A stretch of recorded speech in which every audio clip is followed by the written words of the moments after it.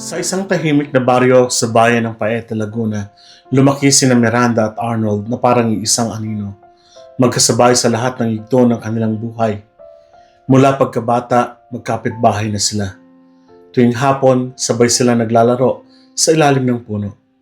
Sa puno ng mangga, nangangarap ng mga bagay na tila kay layo pa noon. Nang pumasok sila sa elementarya, hindi na bago sa mga guro ang makita silang magkatabi, sa upuan, sa pila, at sa may pag-uwi. Ganito rin ang nangyari sa high school. Habang tumatagal, unti-unting nagbago ang kanilang samahan. Mula sa inosenteng pagkakaibigan, naging pag-ibig na hindi na nila maitatanggi.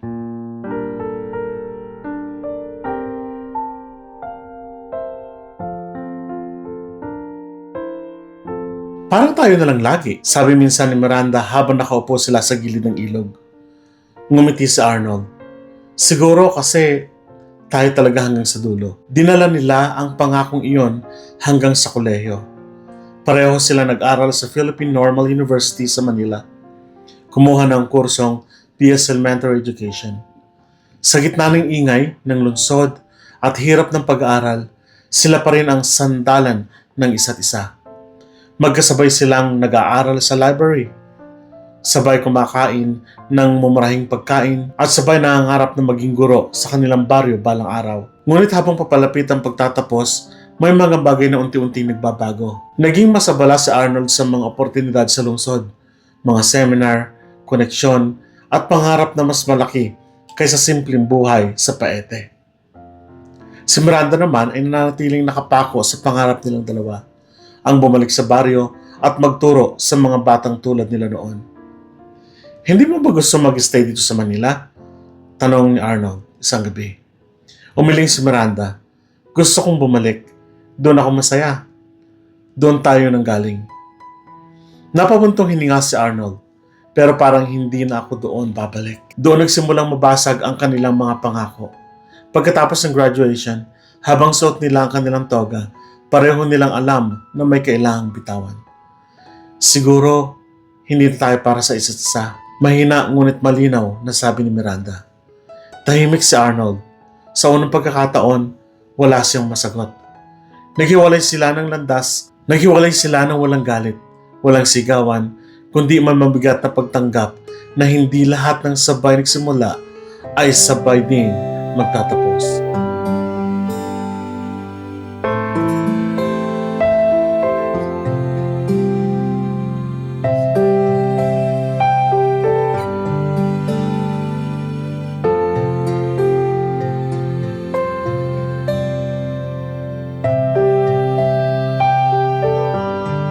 Bumalik si Miranda sa Paete at naging guro sa kanilang baryo. Araw-araw, nakikita niya ang sarili niya sa mga batang tinuturuan niya, ang mga batang may pangarap tulad niya noon. Si Arnold naman ay nanatili sa lungsod, hinabol niya ang mga pangarap na dati ay hindi niya kayang isipin. Minsan kapag dumaraan si Miranda sa ilalim ng puno ng mangga, napapangiti siya. Hindi dahil masakit pa rin, kundi dahil nagpapasalamat siya. Dahil kahit hindi sila nagkatuluyan, naging bahagi si Arnold ng kanyang kwento. Isang kwentong nagsimula sa isang baryo, lumaki sa pag-ibig at nagtapos sa pagtanggap. Sa huli, natutunan niyang hindi lahat ng tayo ay panghabang buhay. Pero hindi ibig sabihin noon ay hindi na ito naging totoo.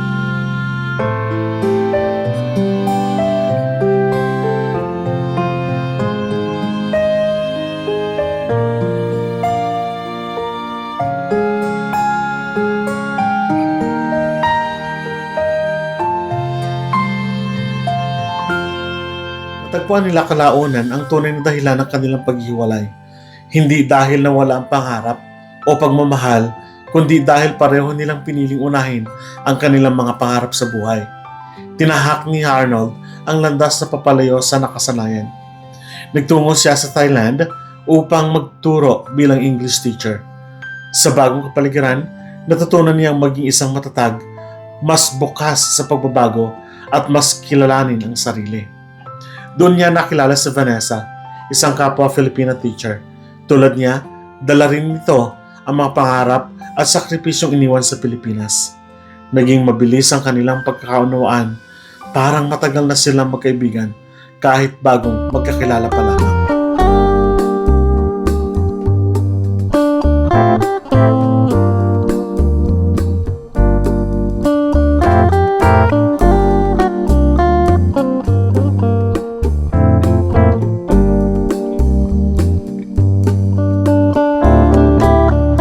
Habang tumatagal, mas naging malalim ang kanilang ugnayan. Sa loob ng maliit na apartment na kanilang tinutuluyan, doon nabuo ang isang mundong sila lamang ang nakakaunawa. Punong-puno ng tawanan, kwentuhan, at mga sandaling puno ng init at lambing, ng damdamin at pusok ng katawan. Sa bawat sulok ng kanilang tahanan ay naging saksi sa isang pag-ibig na masigla, totoo, at walang pag-aalinlangan. Hindi man perpekto ang kanilang pagsasama, ay naging sandigan ni Arnold ang kanyang bagong buhay. Kay Vanessa, natutunan niyang magmahal muli, hindi bilang kapalit na nakaraan, kundi bilang panibagong yugto ng kanyang kwento. Samantalang si Miranda ay nanatiling matatag sa peete, buong puso niyang tinanggap ang landas sa pinili niya, ang maging isang guro sa kanilang baryo. Sa bawat batang kanyang natuturuan, lalo na yung nauunawaan kung bakit yun ang pinili ng kanyang puso. Minsan, sumasagi pa rin sa kanyang alaala si Arnold, ang batang kalaro sa ilalim ng puno ng mangga, ang kabataang kasabay niyang nangarap. Ngunit, sa halip na panghihinayang, ang kanyang nararamdaman ay pasasalamat. Dahil natutunan nilang dalawa na ang pagmamahal ay hindi laging nauuwi sa pagsasama. Minsan, ito'y nagtuturo sa atin kung paano palayain ang isa't isa upang maging buo kahit magkahiwalay. At sa magkabilang dulo ng mundo, patuloy silang sumusulat ng kani-kanilang mga kwento. Mga kwentong nagsimula sa isang baryo. Ngunit tinahak ang magkaibang landas tungo sa kanilang mga pangarap. Habang nananatili si Miranda sa paete at buong pusong ginagampanan ang kanyang tungkulin bilang guro, may isang liham ang dumating na muling gumulo sa kanyang tahimik na mundo.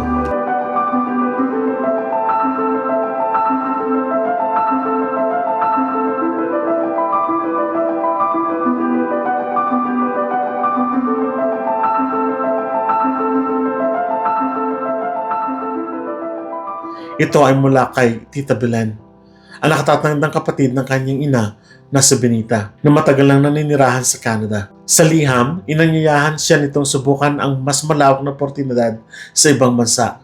Marami kang pwedeng marating dito, Miranda, nakasaad sa sulat. Hindi mo kailangang ikulong ang sarili mo sa isang pangarap lang. Matagal iyong pinag-isipan ni Miranda. Hindi madali iwan ang baryong kanyang kinalakihan, ang mga batang tinuturuan niya, at simpleng buhay na kanyang minahal. Ngunit sa kaibuturan ng kanyang puso, may munting tinig na nagsasabing baka panahon na rin upang subukan ng ibang bansa. Kaya't nagpasya siya. Tuwing Sabado at Linggo at kung minsan ay Biyernes, nagsimulang mag-training si Miranda bilang caregiver. Pagod man sa pagtuturo sa araw ng Linggo, hindi siya nagreklamo. Bit-bit niya ang pangarap na hindi lamang para sa sarili niya, kundi para rin sa kanyang pamilya. Unti-unti na yung natutunan ang mga bagong kasanayan, pag-aalaga sa matatanda, pagbibigay ng tampang pangangalaga, at higit sa lahat, ang pagiging matatag sa harap ng pagbabago. Dumating ang araw na nakuha niya ang kanyang lisensya. Habang hawak niya ang papel, tila may bagong pinto na bumukas sa kanyang harapan. Hindi na siya nagdalawang isip. Agad siyang nag-apply patungong Canada. Sa sandaling iyon, napangiti si Miranda. Isang ngiting may halong kaba, pag-asa at pananabik. Muli na naman siyang haharap sa panibagong yugto ng kanyang buhay. At tulad noon, handa siyang tahakin ang landas na hindi niya tiyak, ngunit puno ng posibilidad.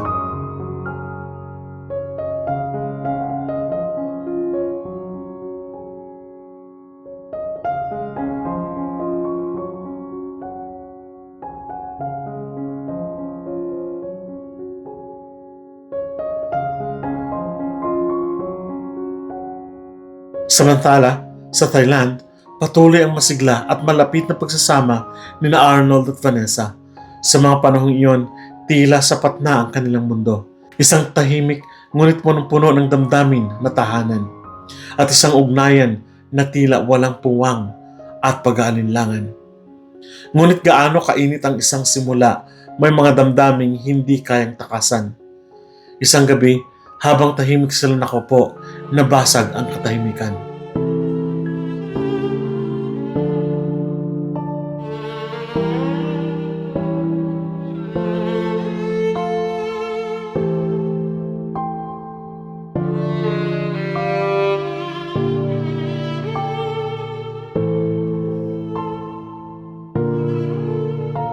Arnold, may kailangan akong sabihin.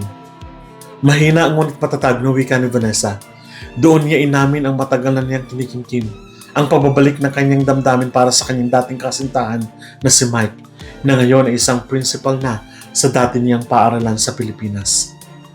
Parang biglang huminto ang oras para kay Arnold. Hindi niya inaasahan, ngunit sa kaibuturan ng kanyang puso, naunawaan niya. Dahil minsan, siya rin ay may iniwang kwento na hindi tuluyang nawala. Hindi naging madali ang kanilang pag-uusap. Ngunit walang sigawan, walang sisihan, kundi isang mabigat na katotohanan na kailangang tanggapin. Siguro, hanggang dito na lang tayo, sabi ni Arnold. Pilit na pinanatag ang sarili. Tumango si Vanessa, may luha sa mga mata. Salamat. Salamat.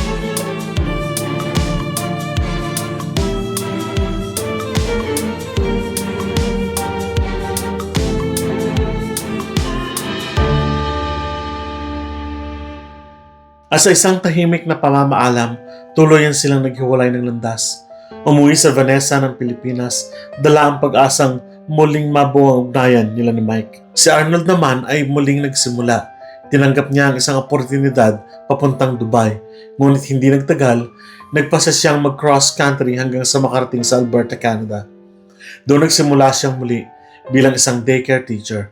Sa bawat batang kanyang inaalagaan, unti-unti niyang nabuo muli ang kanyang sarili. Hindi na siya ang dating Arnold na umaasa sa mga pangako ng nakaraan. Isa siyang taong natutong tanggapin ang pagbabago kahit pa ito'y masakit. Sa kabilang dulo ng mundo ay hindi niya alam na si Miranda ay papalapit na rin sa parehong lupain. At sa gitna ng malamig na panahon at hangin ng Alberta, may mga kwentong muling magbabago at magtatagpo. Mga kwentong minsang naghiwalay, ngunit hindi tuluyang naglaho. Isang malamig na gabi sa Alberta, habang tahimik na nagpapahinga si Arnold, matapos ang maghapong pagtatrabaho sa daycare, napansin niya ang isang notification sa kanyang Facebook. Isang friend request mula kay Miranda.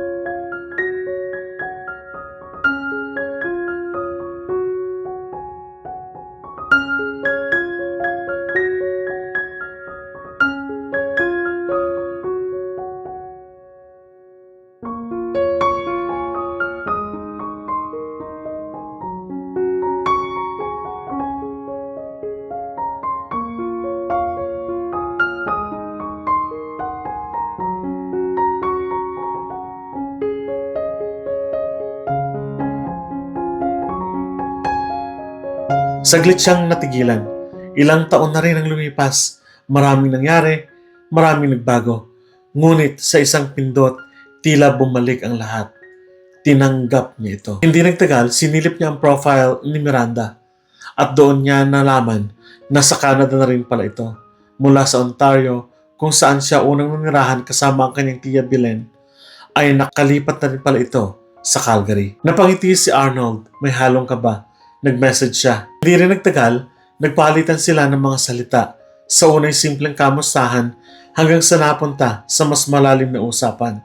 At bago pa nila namalayan, nagkasundo silang magkita. Sa isang Tim Hortons brunch, doon nila piniling magkita. Nang araw na iyon, kapwa sila kinakabahan. Naunang dumating si Arnold, paulit-ulit niyang tinitingnan ang pinto.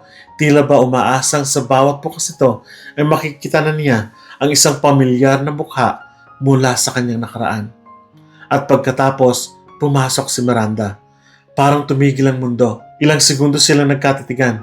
Walang salita, tanging mga alaala ang nagsasalita sa pagitan nila. Ang baryo sa Paete, ang puno ng mangga, ang sabay na mangarap. Unti-unting lumapit si Miranda. Arnold? Halos pabulong niyang sabi. Hindi na napigilan ni Miranda ang luha. At sa mga sandaling iyon, Maging si Arnold ay napalunok, pilit pinipigilan ang sariling emosyon. Ngumiti siya habang may bakas ng lungkot sa mga mata. Ang tagal, sabi niya. Umupo sila, magkaharap sa simpleng mesa ng Tim Hortons. Muling nabuhay ang mga alaala, ang kanilang kabataan, ang kanilang pag-ibig, at ang mga landas ng kanilang tinahak ng magkahiwalay. Nagkwentuhan sila tungkol sa Thailand, tungkol sa Paete, tungkol sa Ontario at sa Alberta. Tungkol sa mga taong dumadaan sa buhay nila at dumaan sa buhay nila at sa mga pangarap na unti-unti nilang natupad. Sa bawat tawa at bawat katahimikan, naroon ang isang bagay na hindi kailanman nawala. Hindi man sila pareho ng landas na tinahak, dinala nila ang tadhana sa isang lugar, sa tamang panahon. At sa loob ng isang simpleng coffee shop, sa gitna ng malamig na lungsod ng Calgary, muling nagtagpo ang dalawang pusong minsang naghiwalay. Dala ang pag-asang baka sa pagkakataong ito, mas handa na sila. Pagkaraan ng gabing iyon sa Tim Hortons, hindi na nawala ang komunikasyon ni Miranda at Arnold. Parang muling nabuhay ang isang bahagi ng kanilang sarili na matagal nang natulog.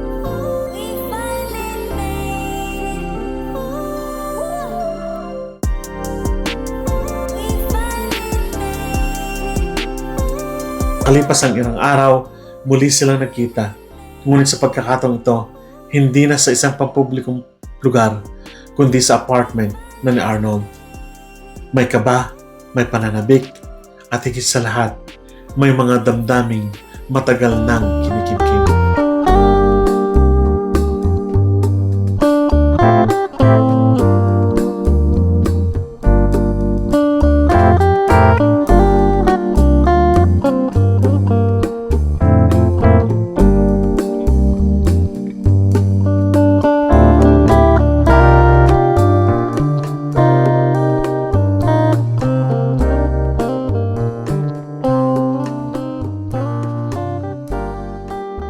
Sa kanilang muling pagtatagpo, hindi na nila itinago ang kanilang nararamdaman. Ang dating pagkakaibigan, ang lumalim na pag-unawa at ang mga taon ng pagkakalayo ay tila nagsanib upang maging isang matibay at totoo na ugnayan. Ang kanilang yakap ay hindi lamang pisikal, kundi puno ng pagbabalik, pagpapatawag at pagtanggap. Si Miranda, na iningatan ng sarili sa mahabang panahon, ay hindi nagpadala sa bugso ng damdamin ng walang kasiguraduhan. Tumingin si Arnold, seryoso at may lalim ang mga mata. Sigurado ka na ba? Tanong niya. Mahina ngunit may kahulugan. Hinawakan ni Arnold ang kanyang mga kamay. Ikaw na talaga. Sagot niya, hindi bilang pangakong padalos-dalos, kundi bilang isang desisyong hinubog ng panahon at karanasan. Sa gabing iyon, hindi lamang sila muling nagtagpo, pinili nila ang isa't isa sa mas malinaw na paraan kaysa noon. Hindi nagtagal, nagpasya silang magpakasal. Isang simpleng seremonya sa Calgary, malayo man sa Paete, ngunit puno ng mga alaala ng kanilang pinagmulan. At doon nagsimula ang panibagong yugto ng kanilang buhay, hindi na bilang dalawang taong naghahanap ng direksyon, kundi bilang magkasamang humaharap sa hinaharap. Lumipas ang mga taon at panahon at biniyaan sila ng isang anak. Ngayon, sa isang daycare sa Calgary, makikitang masayang naglalaro ang kanilang anak. Isang batang sumasalamin sa dalawang pusong minsang naghiwalay, ngunit nagtagpo.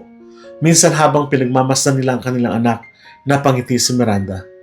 Ang layo na ng narating natin. Tumango si Arnold, pero parang bumalik lang din tayo sa simula. At sa kanilang puso, alam nilang ang kwento nila ay hindi lamang tungkol sa paghiwalay, kundi sa muling pagpili sa isa't isa. Sa tamang panahon, sa tamang lugar, isang pag-ibig na hinubog ng panahon at pinagtibay ng pagkakataon. Sa paglipas ng mga panahon, lalo pang naging matatag ang buhay ni Miranda at Arnold sa Calgary. Pareho nilang inilalakad ang kanilang lisensya bilang guro sa Canada. Isang pangarap na nagsimula sa kanilang kabataan sa Paete. Sa bawat hakbang ng proseso, magkasama silang humaharap sa hamon. Dala ang parehong determinasyon na minsan nabuklod sa kanila bilang mga estudyante.